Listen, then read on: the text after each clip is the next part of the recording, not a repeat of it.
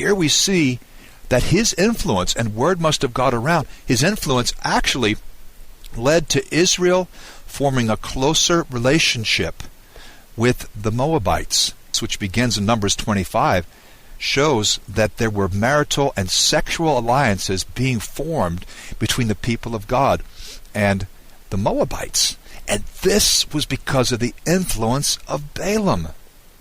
It's just not so obvious in the Old Testament. And there are a number of passages like this, where the New Testament makes clear what was only hinted at, or perhaps in no way clear, from the Old Testament.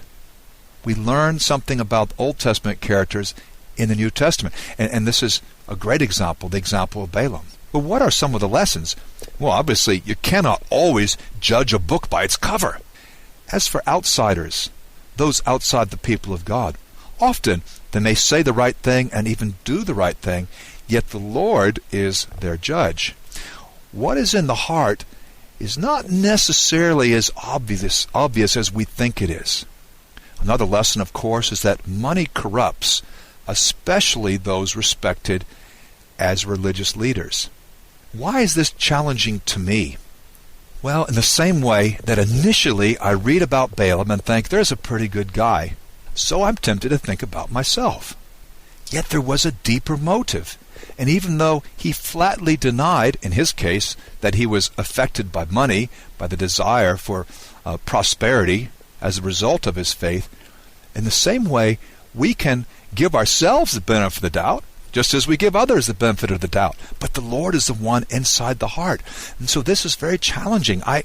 Every time I read the Balaam cycle, normally at least once a year, I read that and I think, I ask the searching question, is that me? Could that be me? Are my motives not what I think they are? And this is where we need to pray, Lord, give me a pure heart. We think that we're on the right track and we assume our motives are right. But God is ultimately our judge. And particularly since we live in such a materialistically saturated society, how do we know? How can we make sure that our motives are purified and that we're constantly being renewed in the image of Christ if we don't walk closely with the Lord? And I would strongly encourage you, make time daily, at least once a day. Be with the Lord in a focused way. Meditate on His Word. What do we learn about God? Firstly, God knows the hearts of men. Second, God sometimes opposes our path when it's reckless. Other times He doesn't oppose us at all when He knows that we're determined to go ahead. So He knows the hearts of men, 1. Sometimes He opposes our path, 2.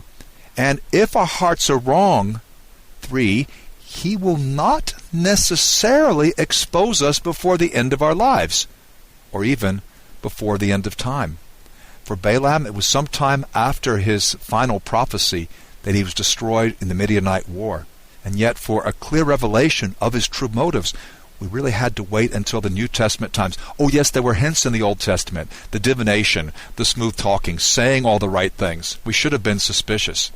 Sometimes the true heart is not exposed until long, long after the life of the man or woman in whom that heart is found. And sometimes maybe not until the judgment day itself.